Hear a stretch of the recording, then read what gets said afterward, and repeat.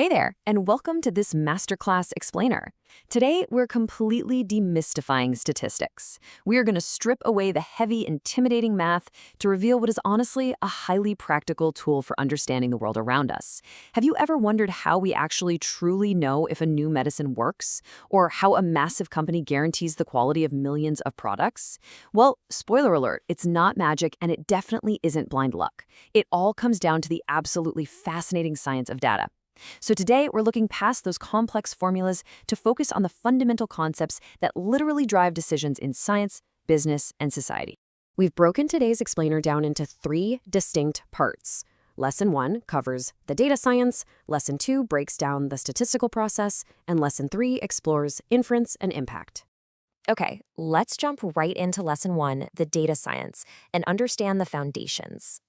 Look, when most people hear the word statistics, their brains immediately jump to batting averages, football pass completion rates, or maybe those unemployment graphs you see on the evening news. But actually, scratch that. It is fundamentally so much more. Statistics is the entire set of scientific principles and techniques we use for learning from data. And this is especially crucial when the information we have is limited or highly variable. Essentially, it's our structured way to find the clear signal in all that random noise. Now, you might be wondering, why does this actually matter to me? Well, think about it. Every single day, we are absolutely bombarded with manufacturers' claims, consumer data, and endless political polls. Understanding statistics is absolutely crucial for evaluating these numerical facts to see if they actually hold water. But it goes way beyond just navigating your newsfeed. It is essential for making informed professional decisions too. Whether you're a doctor reviewing ads for a new drug, an engineer monitoring product quality, or a lawyer handling epidemiological evidence in a lawsuit, statistical thinking is the exact tool that lets you separate real truth from random chance. To really see this immense power in action, let's take a look at a monumental historical problem. So before 1954, outbreaks of polio during the summer months were entirely unpredictable and, frankly, caused widespread panic.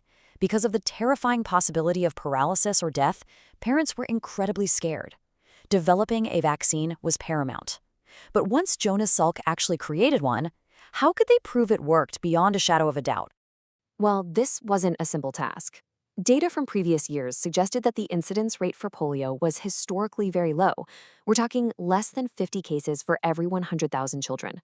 Because that baseline rate was so incredibly small, statisticians determined that a massive, totally unprecedented clinical trial was required just to detect a real mathematically valid difference. They needed exactly 400,000 children to participate. So the statisticians designed a brilliantly rigorous trial. They randomly assigned half of those 400,000 children to receive the vaccine, and the other half received a placebo, basically a solution with zero active medication. The results? Completely staggering. Fewer than 200 of the vaccinated children contracted the disease, compared to more than 3 times as many in the placebo group. Without the careful planning and the massive scale dictated by statisticians, the success of the Salk vaccine could literally never have been conclusively proven. All right, moving right along to Lesson 2, the statistical process, where we'll look at exactly how we learn from data. Every single statistical study out there, whether it's fighting a global disease or just figuring out which brand of car to buy, follows a very strict 4-step process.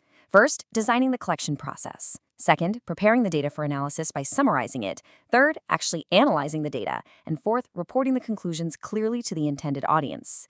A lot of people think statistics is just step 3, the analysis part.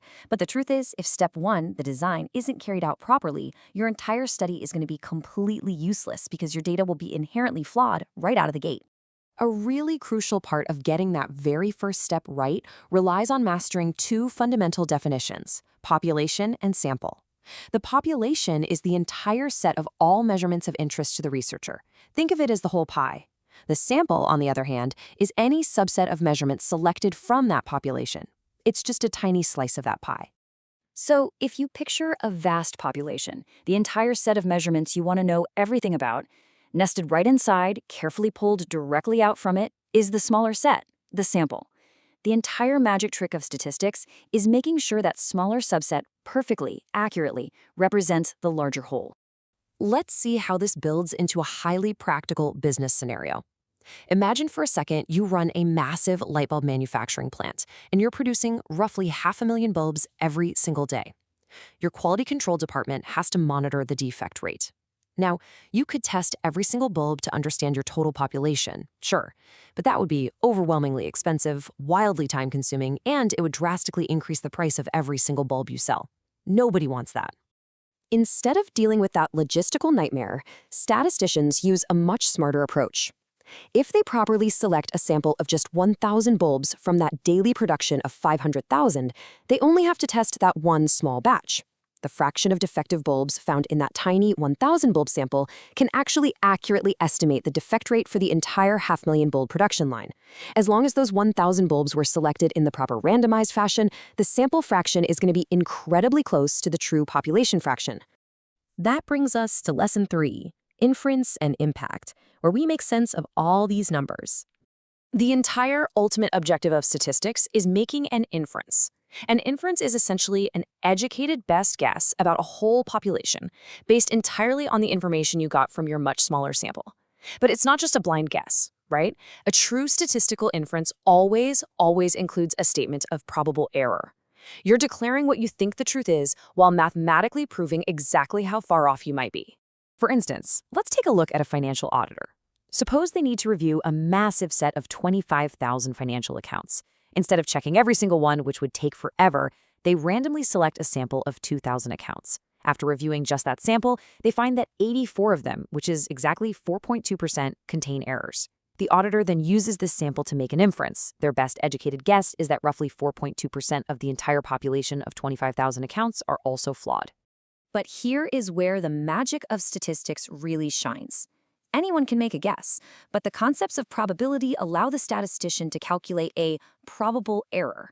They can confidently report to management that the true error rate of all 25,000 accounts is 4.2% plus or minus 0.9%. This plus or minus factor is huge. It gives decision makers a concrete, mathematically sound boundary of reality to actually work within. And it's this exact kind of statistical process control, truly understanding defect rates and variance within populations, that sparked a massive revolution in global business quality. I mean, it literally changed the entire global economic landscape over the last several decades. Think back to following World War II. U.S. business dominated globally, right? But their focus was almost entirely on mass production. It was all about quantity over quality. Meanwhile, Japan took a totally different path. From the 1950s all the way through to the 70s, the Japanese readily learned the statistical quality control lessons espoused by experts like W. Edwards Deming. They used data to perfect their procedures from the top down. And because of this, by the mid-1970s, fierce competition from Japan literally forced American industries to fundamentally pivot. They had to adopt this quality revolution just to survive in the marketplace. This statistical awakening led to some really fundamental shifts in how businesses operate today. It established core requirements for any successful company. Things like an unwavering focus on the customer, long-term commitment for management, and a bold new performance standard goal of absolutely zero errors. To achieve this, businesses had to constantly rely on statistical tools like control charts, histograms, and sampling schemes to relentlessly evaluate and improve their process efficiency. So the crucial point we want you to take away is that a statistician is far, far more than just a human calculator. Whether they are designing a massive clinical trial to fight polio, calculating the probable error in a corporate audit, or driving a global quality revolution, statisticians are truly integral to the discovery of truth. They guide the initial design, they ensure the data is sound, they calculate powerful inferences, and most importantly, they communicate those vital results clearly so the rest of the world can actually take action. We've completely peeled back the curtain today on how data science actually works. You now know for sure that statistics isn't just a bunch of numbers on a page. It is a rigorous process of designing, sampling, and inferring the truth with real mathematical confidence. So I'll leave you with this thought. Having explored the real science of learning from data, how will you apply this statistical thinking the very next time you see a bold numerical claim in the news? Will you just accept it at face value, or will you stop and ask how they collected their sample and what their probable error really is?